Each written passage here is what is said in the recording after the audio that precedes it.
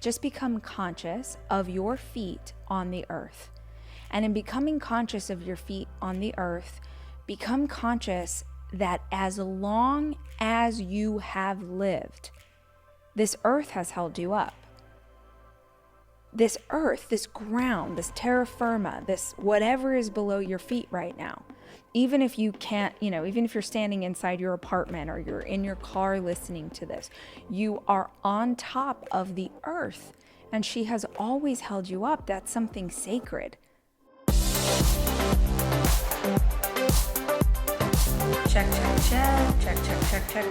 Check. We are recording. We are recording in this audio and we're recording video. And for those of you who are watching this on YouTube and it's a different location, you're like, why aren't you in that very dark room that we're used to seeing you in the green chair? I love that room, that dark room and that green chair. It's my office, but as the seasons change, I've found that it's too dark to shoot good video in, and we need the video for all sorts of reasons. So here I am, I'm in the living room, which means there's a lot more echo. I hope the sound's okay. And it also means that Jeff is here. I mean, he's always here in podcast recordings, if we're being honest, but he's definitely here in a bigger way. There's a lot more space for him to move around. And I just know that as we go into today's conversation. Well, I guess let's start with what we're talking about today. What do I want to call this? To be honest with you, let's see, what would I say this is? These are 7 daily practices that help me stay grounded, that help me to stay inside of my spiritual practice, that help me to stay connected to something bigger than me. I find that the busier I get and the more chaotic my kids' schedule gets and my life gets, I'll have like a week go by, or maybe even more time. I'll have like 2 weeks go by and I'm like, oh wow, I haven't really felt very connected to source. I haven't felt connected to God. As much as that is absolutely a part of every single day, there's a difference. And I don't know if y'all have experienced this in your life, but I know what it feels like to be in communion with something bigger than myself, my creator, whatever you call God. I know what it feels like when I'm aligned in a way that I should be. And I know what it feels like when I'm kind of on the outskirts of that. And there are practices that I have developed that I find really help me to feel more connected. And to be honest, I don't always do them. That's why I wanted to talk about this today, because this is a huge value in my life and a huge goal in my life to stay connected to God. But I don't always get there. I'm human, and honestly, the busier my schedule gets, which is really all about my kids. So the more I'm driving people to football, basketball, baseball practice, to theater drop off and pick up, to taekwondo. These are all real things that one or more of my 4 kids do every week. Dance classes, like they're really involved in activities. And I want that for them, because if one of them is really involved in activities, it's not fair that the other ones don't get to have an activity just because we're busy already. So we just try and make it work as best we can. But that means, I don't know if y'all ever feel like this, but I'm just like, all I did this week was drive back and forth. That's all I did. I feel like, when the kids are with me, I'm just constantly, if I'm not driving them, I'm cooking for them, I'm cleaning up, I'm doing bedtimes and baths. If you have kids, man, you know what I'm talking about. If you don't have kids, you have your own version of busy, right? We all have our own version of busy. And the busier I get, even if I'm really productive, I was talking to my boyfriend about this week, is like, man, I can have weeks where I'm super in flow state Forgive Jeffrey and his little paws scratching on the ground, guys. I can have weeks where I'm super productive. I feel like I'm in flow state. I'm getting it all done. I'm, cooking with gas. I'm being the mom I want to be. I'm writing the words like I need to. I'm producing episodes of the podcast for y'all. And I can kill it in terms of productivity. But if I'm not careful, those are the weeks when I will feel the least connected to source. And I don't want to get back there. I am really striving in my life. I haven't mastered this yet, but I really think that there must be a way to be productive and in flow state and connected to source and in communion with my creator. Like, I really believe that there must be a way to master those two things. I haven't really mastered it simultaneously, but I'm working on it. And some of the things that I do that make me feel the most connected are daily practices that I think anybody can adopt. I'm going to tell you guys mine, and you can steal them. And if these don't work for you, then at least us having this conversation will perhaps make you think of some examples of what your version of this might be. But these are 7 things that help me to feel more spiritual, more connected, more aligned, all of it. Yeah, so that's what we're going to talk about today. Let me just have some this. This is not an ad. This is not an ad. If you have hung out with me at all in the last 5 years, you know that I have an ongoing and ever continuing obsession with sparkling water. And the number one name in my game is LaCroix. This has nothing to do with anything. And no, drinking LaCroix is not a part of my spiritual practice, but freaking A, man. I mean, guess this could be having something in your life that just, it always hits. It always hits exactly like you want it to. And as far as I know, has no negative side effects. Because also, whatever. Let's talk about things that make me feel more connected. I suppose let's start with kind of how I was raised to believe about this topic, which was I grew up in a very conservative Christian home, very evangelical, very fire and brimstone, very dogmatic. And I don't ever really remember anyone talking about feeling connected to God or being in communion with God. The thing that I heard over and over and over is that you had to love God. You had to love God with all your heart and all your soul. And I would hear other people in the church just talking about how much they loved God and they just loved Jesus and they loved. And I remember as a little kid wondering this, and then it following me into adulthood, I was like, I don't understand what that means. And I would say it and I would agree with it like most kids who are raised in the church, and you just sort of learned the rituals and the things that you're supposed to do and say. But I don't know that I ever really felt that because I couldn't understand like a human love and how that equated to loving your creator. Hey, Jeff, can you go ahead and lay down, bro? Yeah, go lay down. He's just walking all over the place. Jeffrey, go lay down.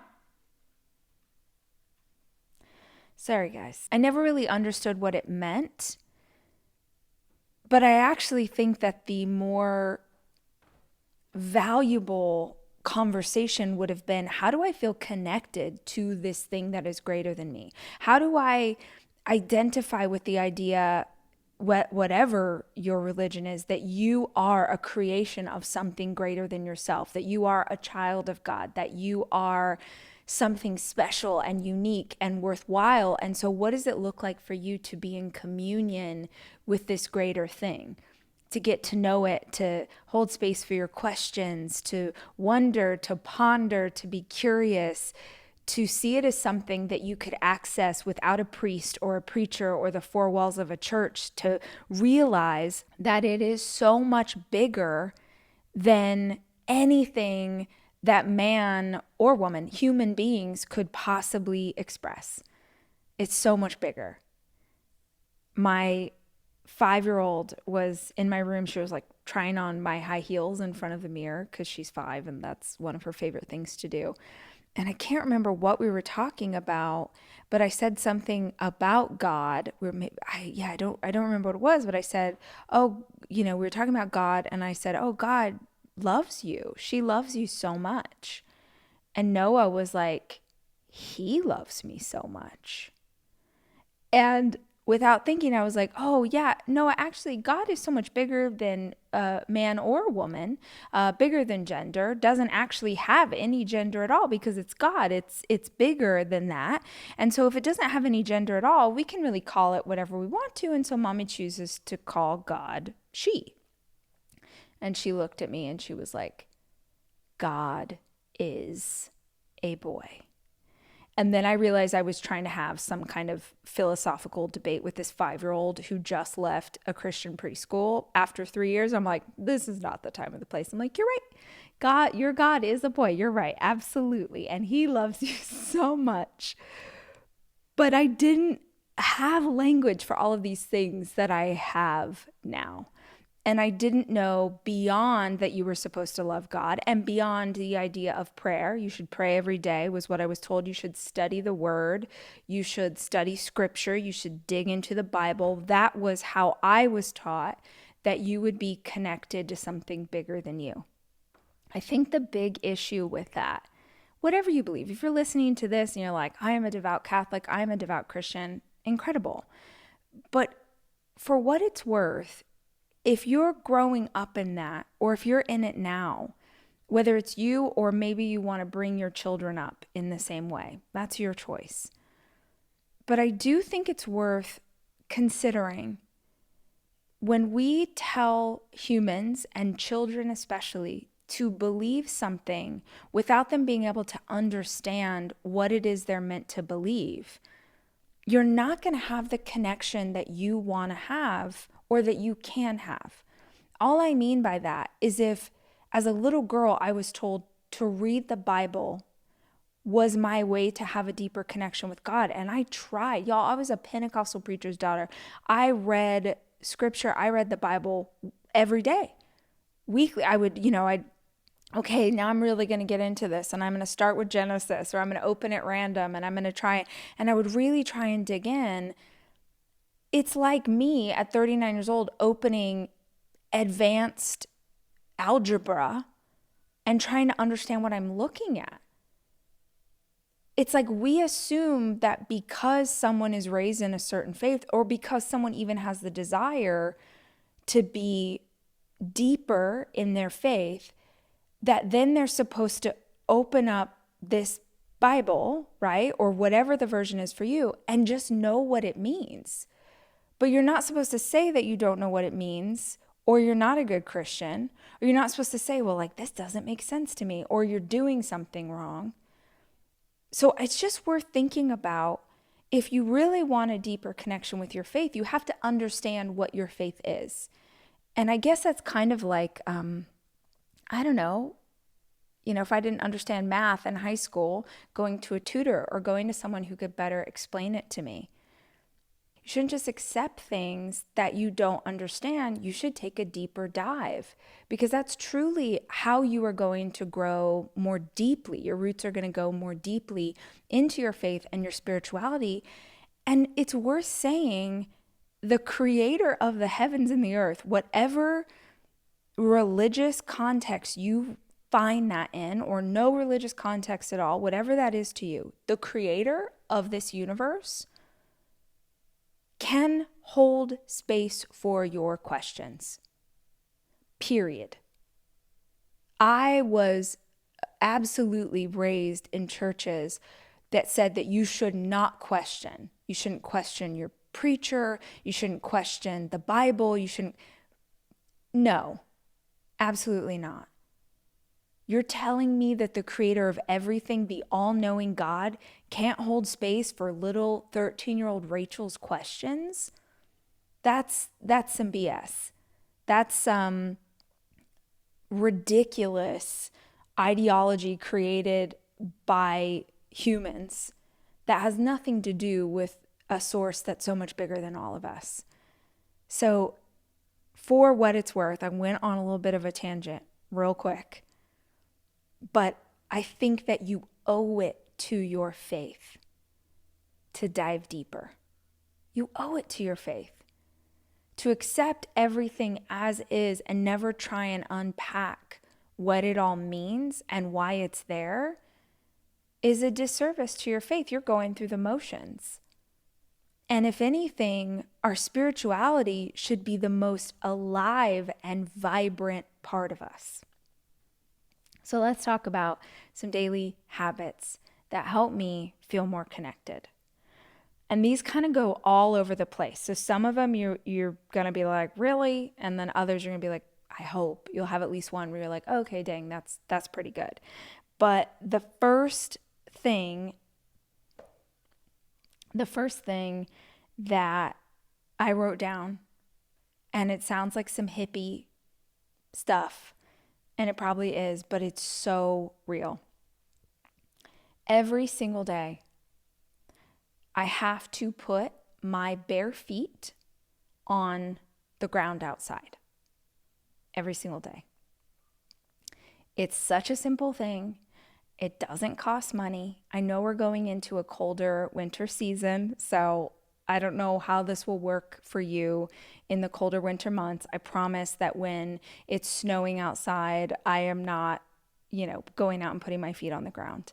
But if I am able to put my bare feet on the ground outside, even just for a few minutes, I don't know if there's a better way of grounding myself than that.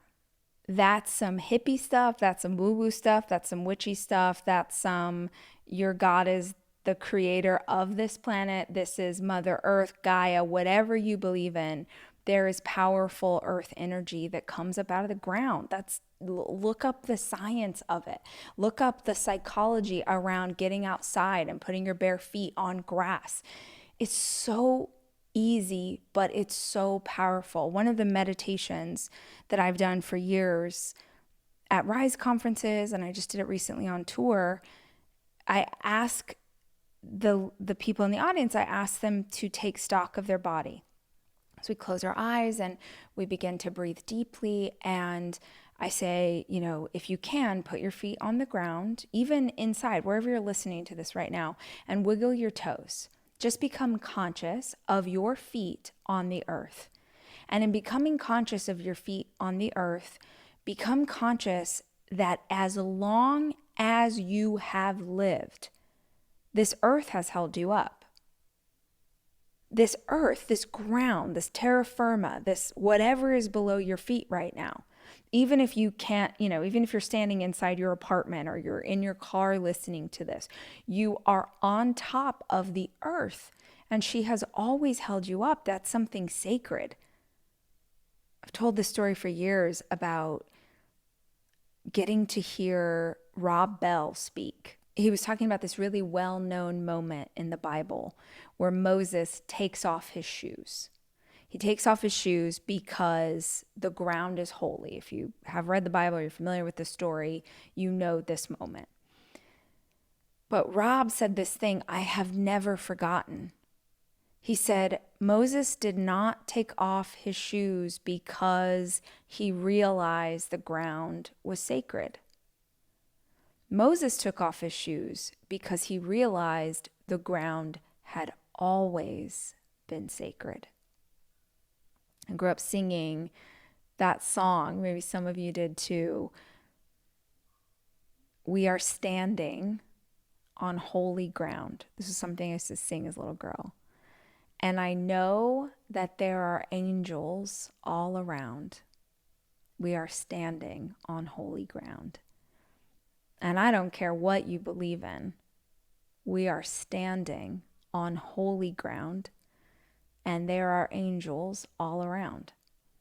And for me, at least, the act of getting bare feet onto the ground outside, it's just this, it's a sacred practice. It's just a little thing that reminds me to come back to that moment, to settle in to where I am. And I'm hoping it's something that you can do as well. This is, when you're having a panic attack or an anxiety attack, one of the things that doctors recommend is that you put your hands and your feet onto a steady surface. You put your hands onto ground that's not moving, because it reminds you that even though you feel topsy-turvy, that the ground is actually stable below you.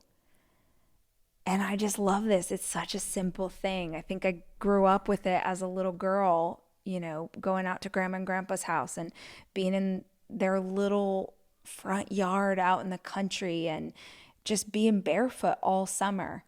You guys know what summer feet are? Like, you got to work on your summer feet. I don't know if anyone else is a little redneck child like I was, but at the beginning of the summer, your feet are really tender. You kind of can't walk on hot ground or hot asphalt. And by the end of the summer, you could walk across, a lava lake, because your feet they've become summer feet. They can handle it. So really simple thing, go outside for a few minutes and put your feet onto the ground outside. The second thing, so simple, is just a deep, slow breath. I hope that you guys are doing this several times throughout the day, but at the very least, to start your day. Something I learned from my boo is whenever we're in a moment that's sort of new, or maybe it's a travel day, we travel a ton when the kids aren't with us, and like we're out in the world and he always starts the day and he's like, baby, 3 slow, deep breaths. And we literally we're like looking out, we're at an airport, or we're looking out at the ocean, or we're doing something, and we'll just take a minute and do it with me. Like, I know this seems like cheesy, but it helps. I want you to breathe in very slowly through your nose and out through your mouth. And as you do, just like let your shoulders drop away from your ears, let your jaw relax. Just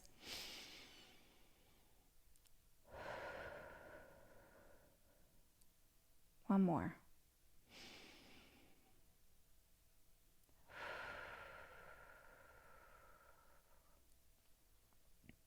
I went to the optometrist the other day to have my eyes checked, and she was saying that all of us every 20 minutes should look, if we work on a screen, should look away from the screen to something that's really far in the distance. And so I think this would be a perfect practice for giving your eyes a break from a screen, looking far into the distance, and 3 slow, deep breaths. It'll just take 90 seconds, 2 minutes at the very most. And it'll go so far to helping you relax. There is so much psychology and science behind the power of a slow, deep breath. It's why a smoke break is considered so relaxing beyond the chemicals that are in cigarettes. It's because people go outside, they're working in a chaotic environment, or they're dealing with kids, or they're dealing with work, or dealing with college, or whatever, and they go outside. So they're outside in the fresh air, maybe for the first time all day. They light their cigarette and they do this.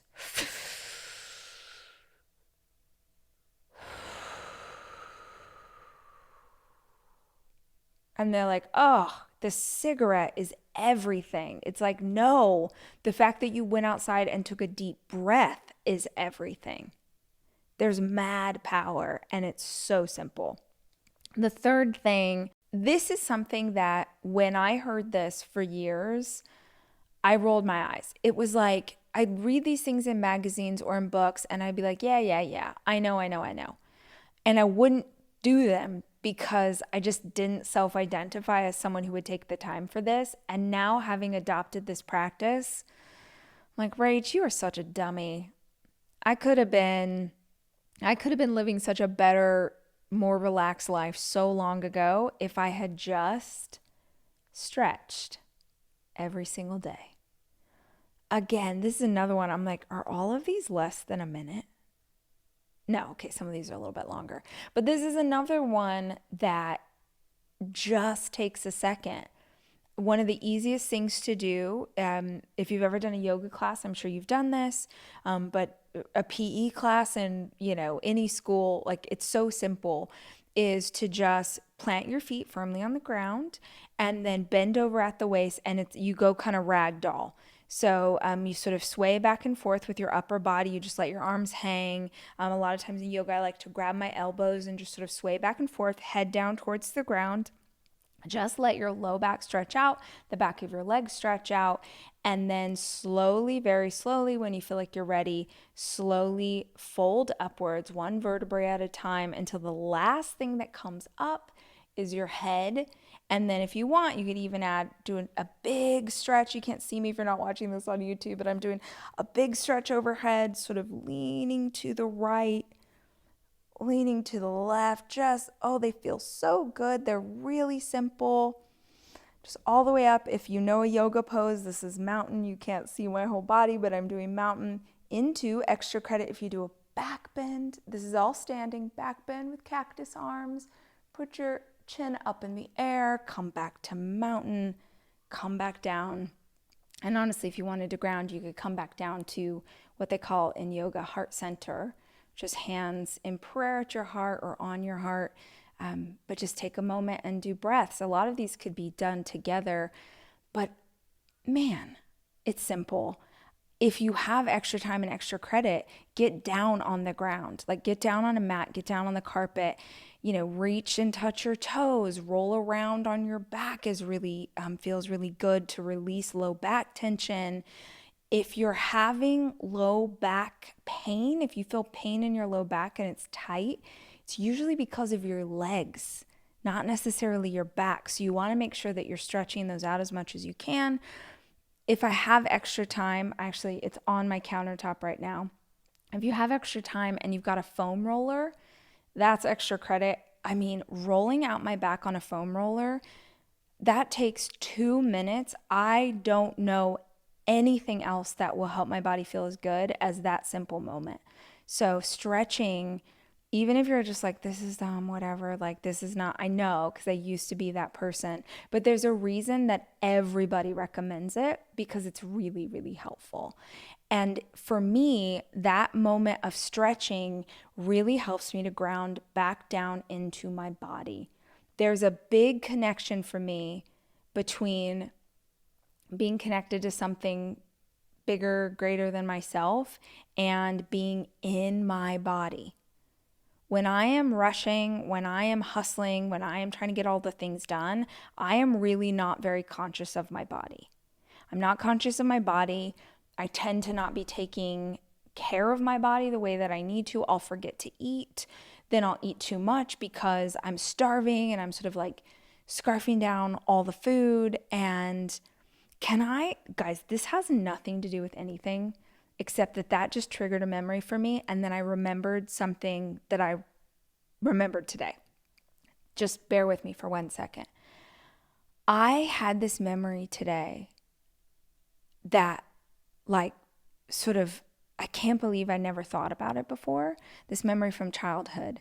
And if you listen to my episode last week, there's a 2-part episode with Jessica Lanyadoo. She's an astrologer, a psychic, a medium. It was incredible. We talked about my childhood. She did my birth chart. I think you'll find it fascinating, even if you're not familiar with zodiac or astrology, because I did not know anything about this.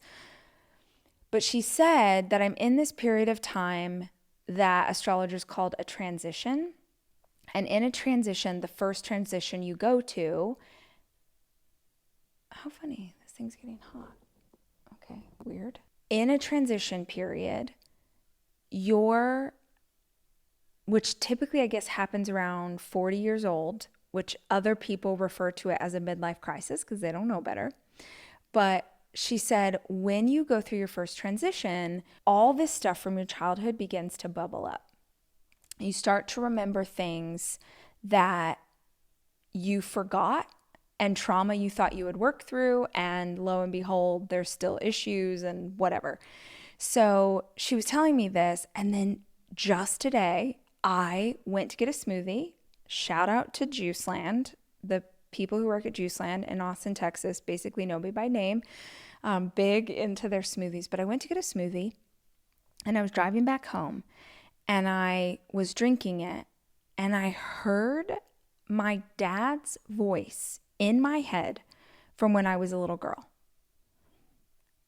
And he said, "Man, you're really sucking that up, aren't you, sis?" And I remembered that he used to say that to me whenever he felt like I was eating too fast. He would say, "Man, you're really sucking that up." And I, without conscious thought, I remembered that. And I like put the smoothie down because there was some like weird trigger in me to like stop eating because I heard my dad's voice in my head. I had no memory of this until I remembered it. And then it was like all of the times that this happened. And to take a further step back, looking at this through the eyes of a nearly 40-year-old woman, and I have my own kids, I was thinking about parents who didn't, or very rarely, made sure that we had food. There was a lot of food uncertainty in my childhood. From elementary school, like I mean third grade, basically as soon as I started walking to school alone, which was probably like 8 years old, I am very conscious of so many memories of I got up every day, I made my own lunch, I took myself to school. I know a lot of you did too. We were latchkey kids. You got yourself to school, you got yourself home. Fine, whatever. I had working parents and they worked very hard and we struggled financially. So, that just was what it was.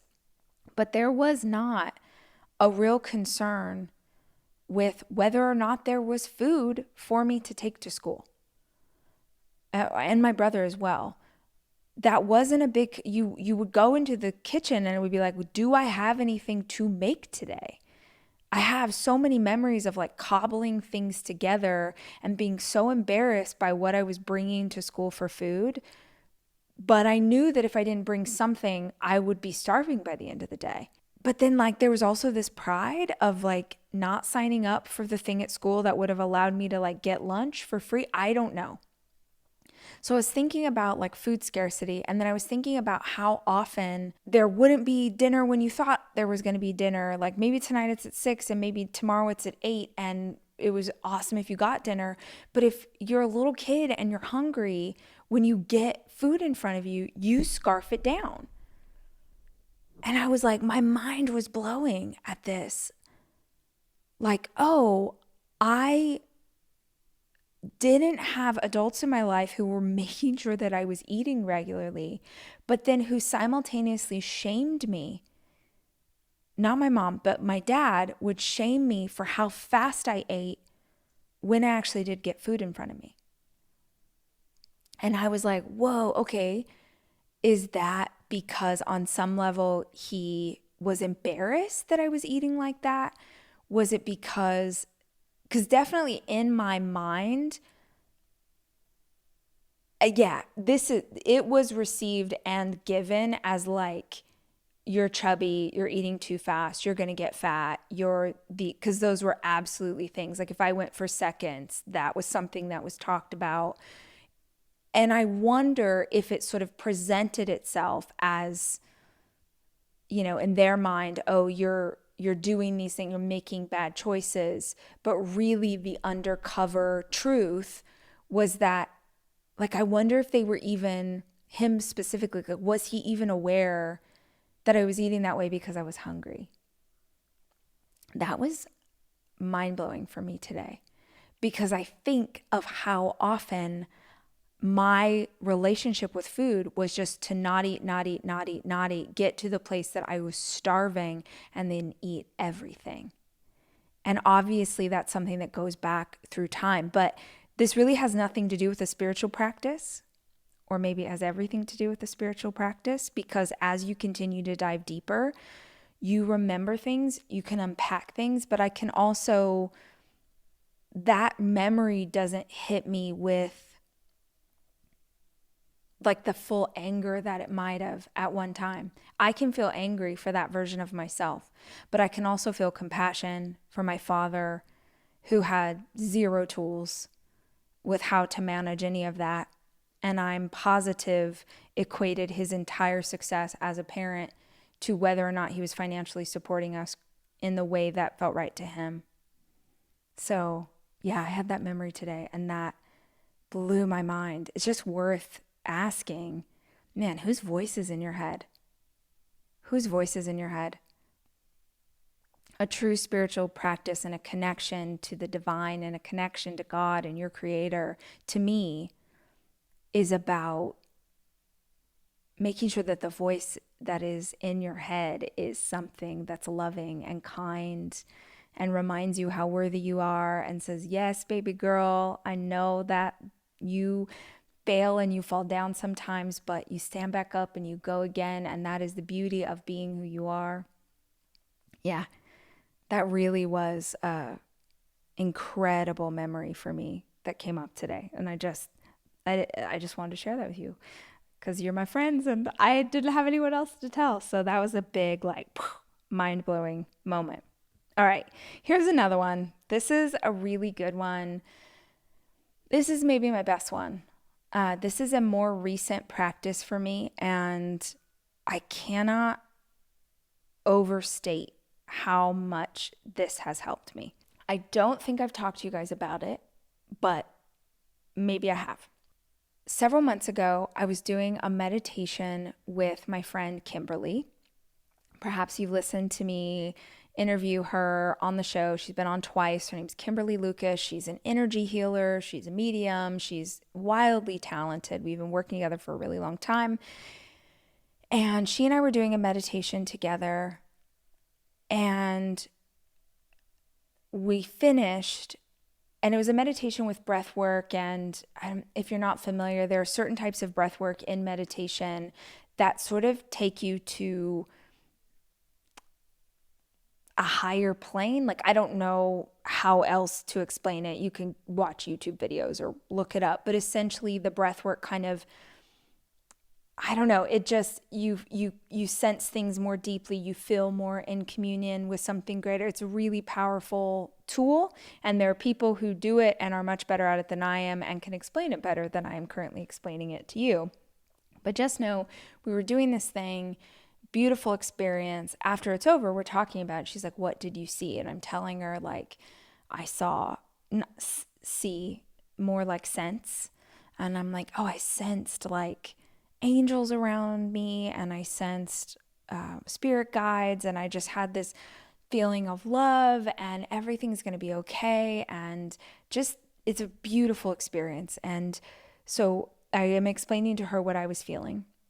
And then I said, well, what did you experience? Because she was facilitating this meditation for me. So she's like, I was just holding space for you energetically and trying to give to you energetically, but I did notice something with you I've never noticed before. I'm like, oh, tell me. And she said, I always think of my wings. And she never talked about this, but she's like, she's like, I have wings, and my wings are like big and they're open and they're colorful. And so I was thinking about my wings, and just, I have no reference for what she's saying. I've never heard someone say this to me before. So I'm like, wings? What? And she's like, my wings are this. And so for the first time I thought, oh, I'm going to tap into Rachel's wings. And she said, I tapped into your wings, and your wings were tightly closed around your body. Your wings are so controlled and tight and protective. You are trying to keep yourself safe. Your wings, your spiritual essence, your aura, your energy is all about protection, like armor. It's an armor that you hold around yourself. And I never had any reference for what she was saying, but as soon as she said it, I was like, yeah, I know what you mean. So that was kind of the end of our conversation. She didn't really go into more detail about what wings meant. And like I said, I'd never read that in a book. But I would assume that for Kim, that's kind of what other people, that's her word for what someone else might call aura. That's her word for what someone else might call like spiritual energy. That's her word, but it clicked in my brain. I knew what she meant.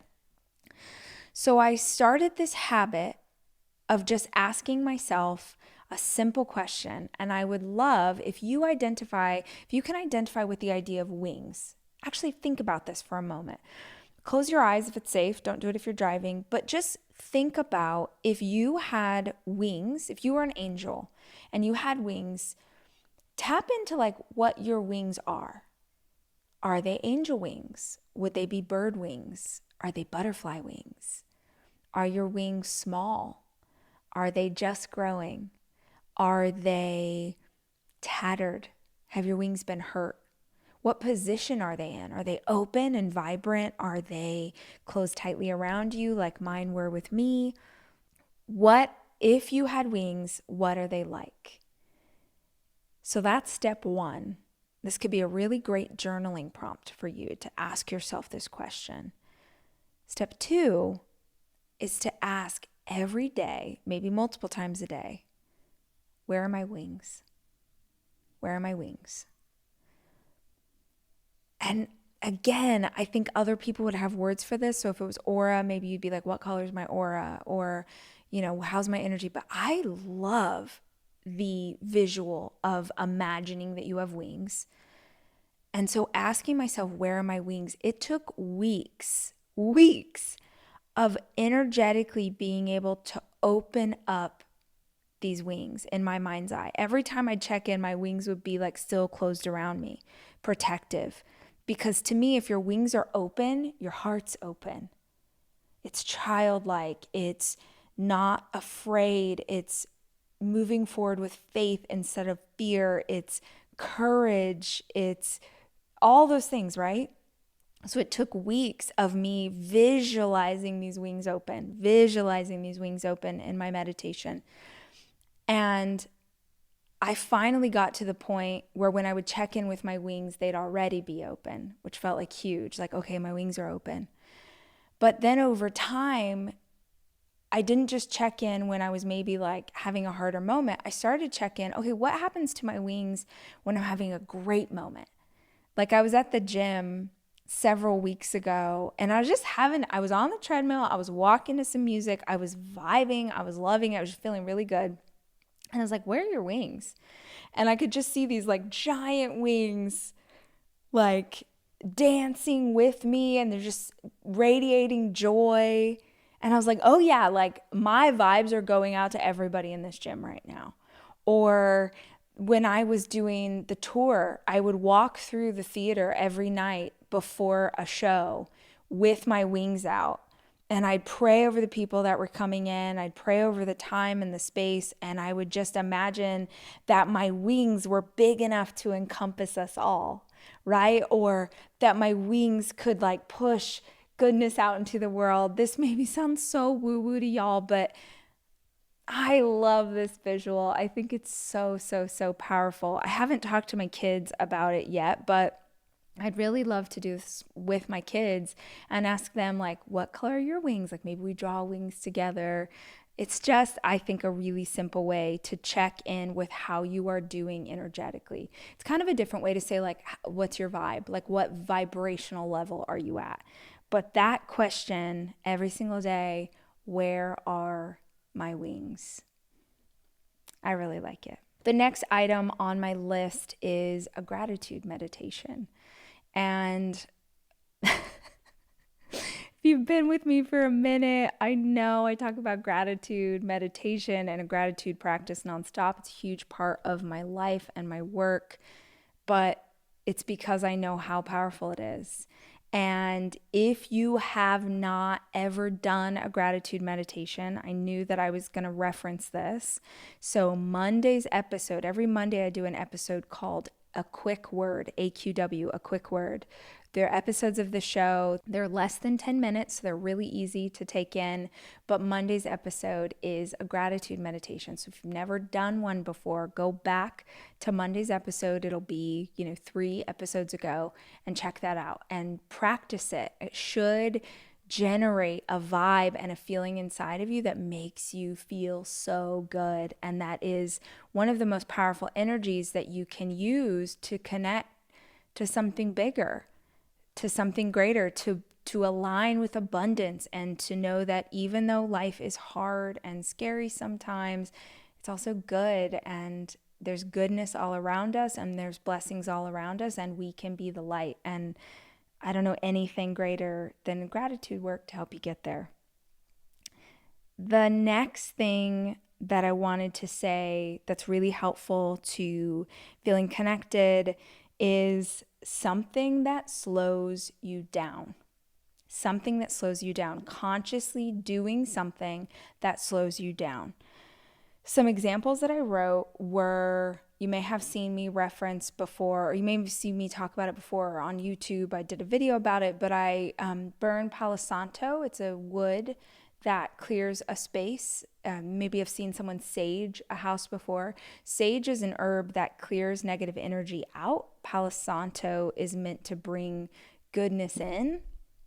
So every single morning when I'm making coffee, I light Palo Santo wood and I walk around my whole house and I pray. I pray and I clear the space with smoke. And I think that the smoke represents an intention. I don't think that the smoke has magical powers. I think it's kind of like wearing a wedding ring. Wearing a wedding ring doesn't make you married, but it's a symbol of your commitment. And burning sage or burning Palo Santo, at least to me, is the same thing. So every single morning, that practice forces me to slow down, right? Lighting a candle is something that forces you to slow down. Plants. I have plants all around my house. Like literally, I am the plant lady. There's so many plants here. Pretty proud of how well my plants do, but that's not an accident. None of these plants are alive if I don't water them, if I don't clear away the dead leaves, if I don't put down new soil, if I don't give them the nutrients they need. That process, every single weekend, I go through all the plants in my house and take care of them. And that takes intentionality, and it forces me to slow down. It's also, for me, it's a bit of bringing nature inside my house, which I love and I can't recommend enough. Guys, there's so many plants that even if you're like, man, I have a black thumb, I don't have a green thumb, I have a black thumb. If that's you, go to your local garden center, your local, like not like a Home Depot kind, no, not like a big box store kind of place, but like somewhere where the people who work there really care about plants, and be like, I have a black thumb. What is a plant I could keep alive?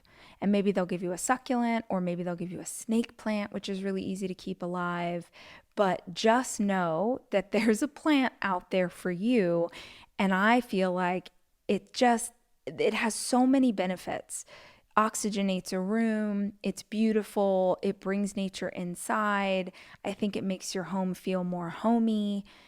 And it also forces you to slow down. And anything that forces us to slow down can be sacred and can remind us to touch into something bigger.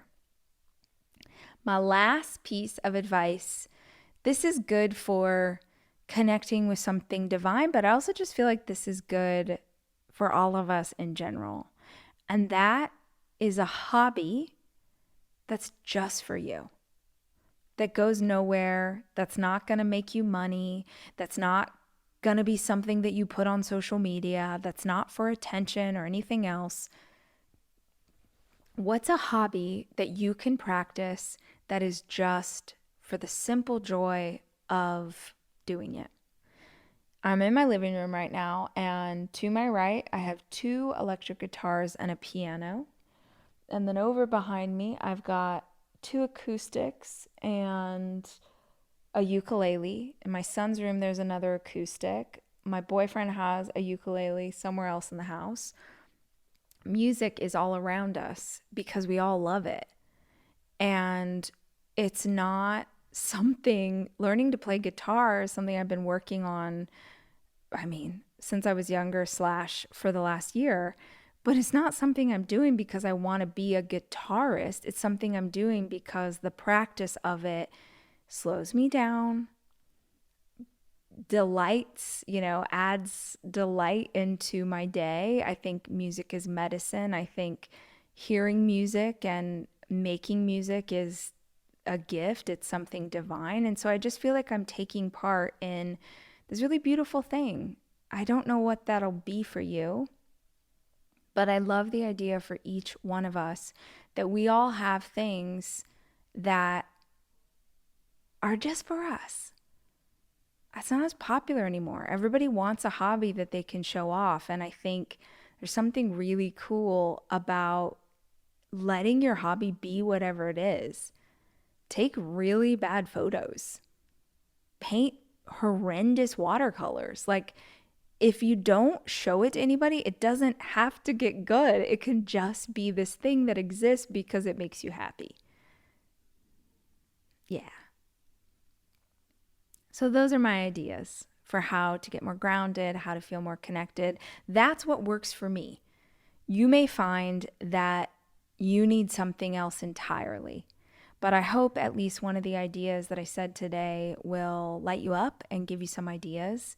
Okay, guys, thank you so much for watching today's video on YouTube. Please consider subscribing to the channel so you get a notification every time we post a new episode. Please send this to someone you think will dig it.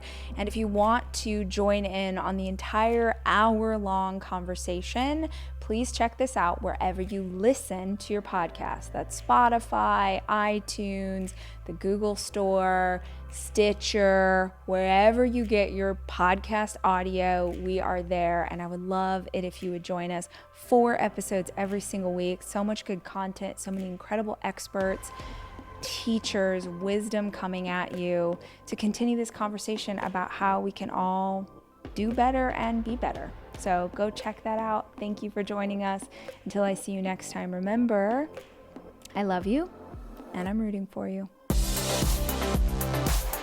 A promotion is like a new title, right? It's a new thing. You don't get a new thing if you are the same person, if you're contributing at the same level, if you're doing the same work.